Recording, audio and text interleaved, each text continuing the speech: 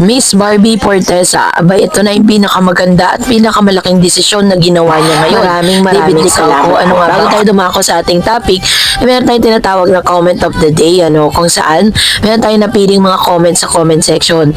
Sigaw po ng ilang mga netizen, sabi niya ni Saraj, bakit ganun Miss Saraj? Imbis na yung project muna nila David at Barbie ang unahin, sinisingitan na naman ng ibang project. Parang nananadya ang GMA na lagi na lang pinapaasa ang mga Barda supporters. Ayan. I understand exactly how you feel, Miss Saraj, kasi talagang almost 1 year na rin po kasi nag-aantay ang ilan sa mga Barda fans ng project po ni Barbie at saka ni David. Sabi ni Miss Elena, ang Barda mo na ang bigyan ng project GMA, David at Barbie. Matagal nang pagbigyan mo na kami ng mga supporters sila David at Barbie. Ayan, tayo ilan sa mga panawagan ng mga netizen patungkol nga doon po sa pinapromise ng GMA, na parang proyekto po ni Barbie. Yung talagang solid na kanila talaga kasi yung last project kasi ni Miss Barbie nakasama si Mr. David Licauco, yung pong siya po ay nag-guest sa Beauty Empire. Although marami pong mga natuwa kasi syempre, 'di ba, parang nabigyan din ng highlights yung character ni David Licauco sa nasabing serye na natapos na po, pero available pa rin po siya sa View sa mga online streaming.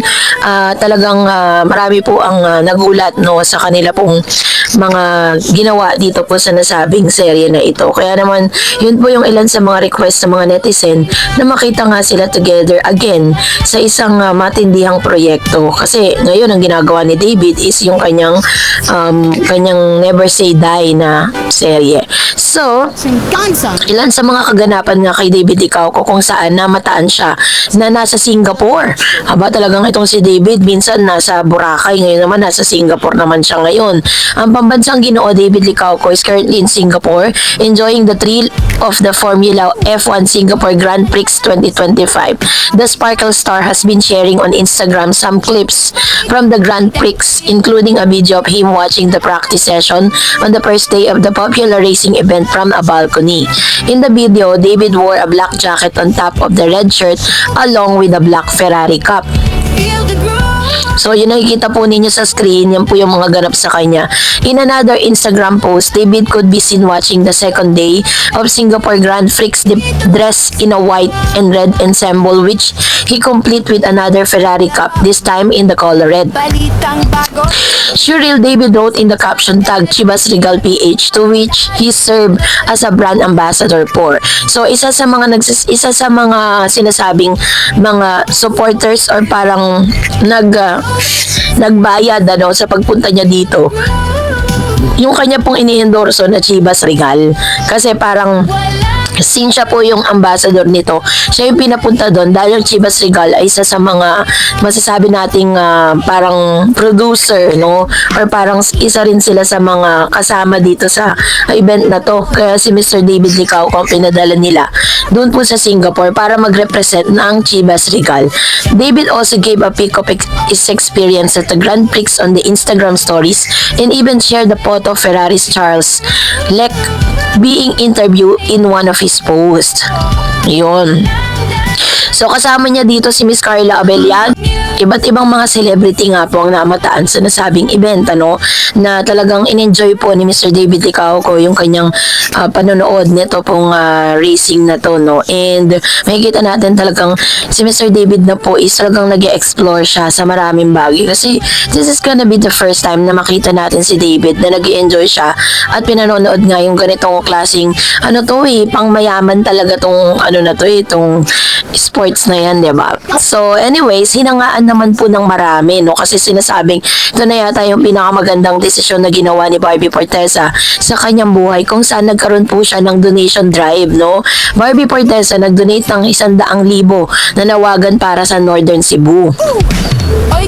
Certified leading lady si Barbie Fortesa pagdating sa pagtulong, lalo na para sa mga biktima ng nangyaring malakas na lindol. Ipinamalas ng Kapuso actress ang kanyang golden heart nang mag-donate siya ng 100,000 para sa mga batang naapektuhan ng magnitude 6.9 na lindol sa Cebu.